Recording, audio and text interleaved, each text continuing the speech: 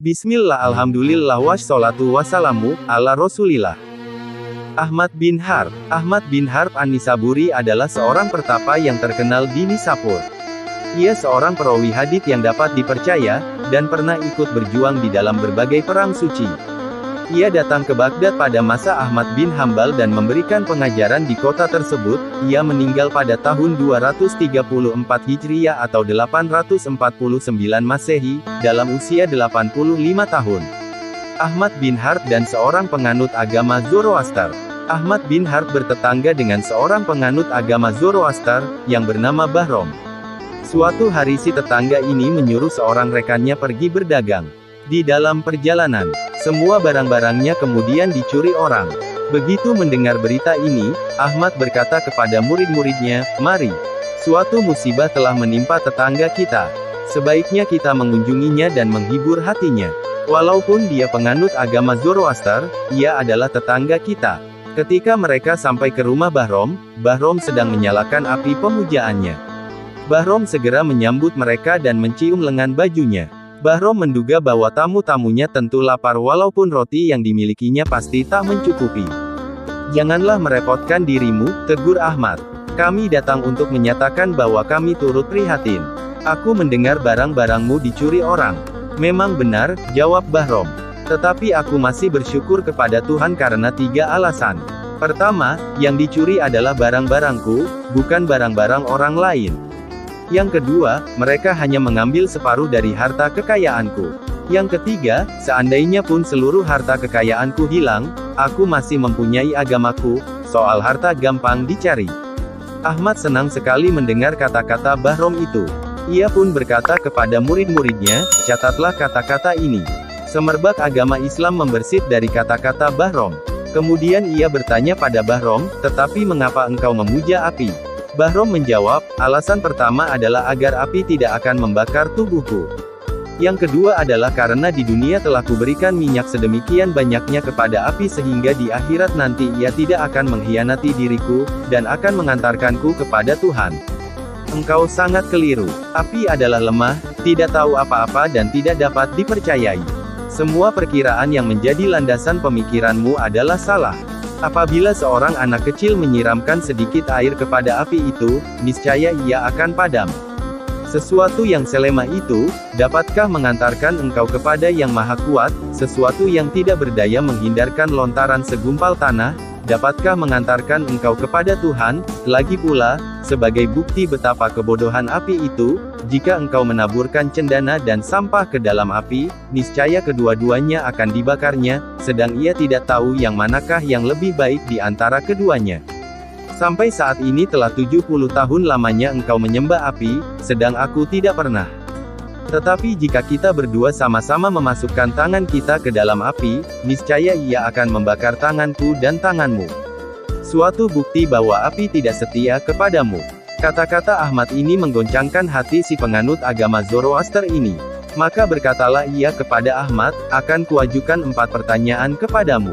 Jika engkau dapat menjawab semuanya, akan kuterima agamamu itu. Mengapakah Allah menciptakan umat manusia? Setelah menciptakan umat manusia, mengapakah Dia memberikan makanan kepada mereka? Mengapakah Dia mematikan manusia? Dan setelah mematikan mereka, mengapakah Dia membangkitkan mereka kembali?" "Allah menciptakan umat manusia agar mereka menjadi hamba-hambanya," jawab Ahmad. "Dia memberikan makanan kepada umat manusia agar mereka mengenalnya sebagai Yang Maha Memelihara. Dia mematikan umat manusia agar mereka tahu akan kemahakuasaannya. Kemudian Dia menghidupkan umat manusia kembali agar mereka mengenalnya sebagai Yang Maha Kuasa dan Yang Maha Tahu." Begitu Ahmad selesai dengan jawabannya, Bahrom mengucapkan syahadah. "Aku bersaksi bahwa tiada Tuhan selain Allah, dan aku bersaksi bahwa Muhammad adalah Rasul Allah." Seketika itu juga Ahmad berseru nyaring dan jatuh pingsan. Tidak berapa lama kemudian ia sadar kembali dan murid-muridnya bertanya, "Mengapakah engkau sampai jatuh pingsan seperti itu?"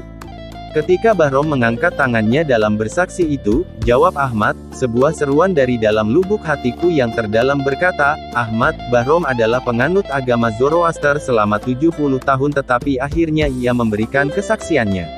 Engkau telah beriman selama 70 tahun, tetapi akhirnya apakah yang hendak engkau berikan?" Ahmad bin Harb dan Ahmad Saudagar. Di Nishapur tinggallah dua orang Ahmad, yang satu Ahmad bin Harb dan yang lainnya adalah Ahmad Saudagar. Ahmad bin Harb adalah seorang yang sedemikian khusyuknya di dalam mengingat Allah, sehingga ketika tukang cukur hendak menggunting kumisnya ia masih saja menggerak-gerakkan bibirnya. "Janganlah bergerak-gerak sementara aku menggunting kumismu," si tukang cukur memperingatkan. "Jangan hiraukan diriku, lakukanlah urusanmu sendiri," jawab Ahmad bin Harb. Dan setiap kali dicukur, sebanyak itu pula bibirnya terluka. Suatu ketika Ahmad bin Harb menerima sepucuk surat. Telah lama ia hendak membalasnya tetapi tidak ada waktunya yang senggang. Pada suatu hari seorang muazin sedang azan. Ketika si muazin sampai kepada seruan, "Marilah." Ahmad berkata kepada salah seorang sahabatnya, "Jawablah surat sahabatku ini. Katakan kepadanya, jangan mengirimiku surat lagi karena aku tidak mempunyai waktu untuk membalasnya. Katakan kepadanya, sibukkanlah dirimu dengan Allah." Cukup sekian. Lain halnya dengan Ahmad Saudagar yang sedemikian khusyuk dalam kecintaannya kepada kekayaan dunia, sehingga ketika pada suatu hari setelah menyuruh hamba perempuannya mempersiapkan makanan, dan setelah si hamba melaksanakan perintahnya itu, ia masih terus juga menghitung-hitung hingga malam tiba dan tertidur. Ketika keesokan paginya ia terbangun, ia memanggil hamba perempuannya itu dan menegur, "Kemarin engkau tidak mempersiapkan makanan untukku. Telah kupersiapkan, tetapi Tuan sedemikian asyik dengan perhitungan-perhitungan."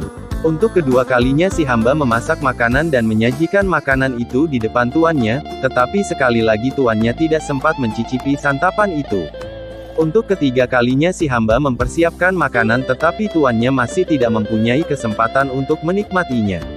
Si hamba masuk dan menemukan tuannya sedang tertidur nyenyak, maka makanan itu diusapkannya ke bibir tuannya. Ketika terbangun dari tidurnya Saudagar Ahmad berseru kepada pelayannya itu, "Bawakanlah air pembasuh tangan."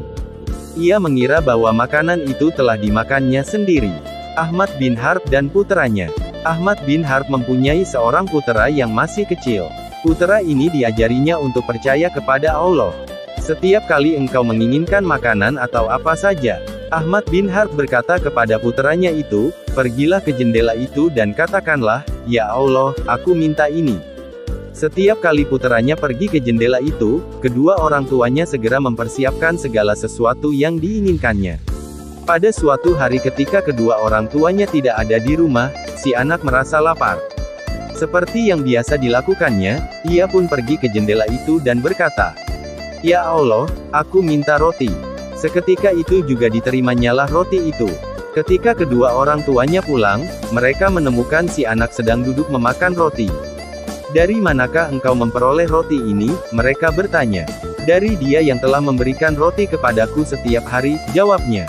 Kedua orang tua itu pun sadar bahwa putera mereka telah mantap di atas jalan kesolehan. Kisah ini dikutip dari kitab Tazkiratul Aulia, disusun oleh Syekh Fariduddin Al-Attor. Gimana tanggapan Anda tentang kisah ini? Oh ya, jangan lupa subscribe dan ketuk loncengnya, agar bisa mengikuti kisah-kisah update terbaru. Mudah-mudahan dengan izin Allah bisa menghidupkan hati yang mati dan menumbuh suburkan semangat untuk ibadah. Amin ya Allah.